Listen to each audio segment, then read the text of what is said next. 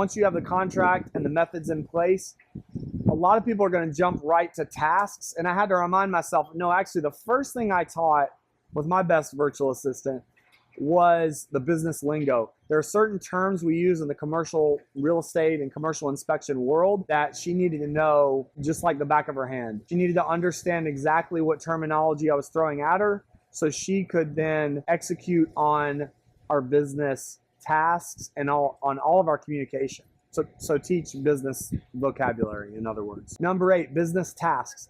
After the virtual assistant has learned the vocabulary, you want to step into the role of teacher. You're going to model how to do your key tasks, send your key emails, produce your invoices, produce your agreements, and then you're going to do guided practice where you watch the virtual assistant do the task, and then you do independent practice. You let her send them on her own, and then you just do follow-up. But pick 2 or 3 tasks that preferably you do every day that are pretty tedious, that you can put in a template, a boilerplate, some kind of form that he or she can send out to your clients, to your key business contacts, to your other subcontractors, whatever it may be. Whatever the number 1 task is that eats up your time, pick that and start teaching it on a regular basis. This is going to take a few hours of work depending on how complicated it is, and then a couple hours of follow-up.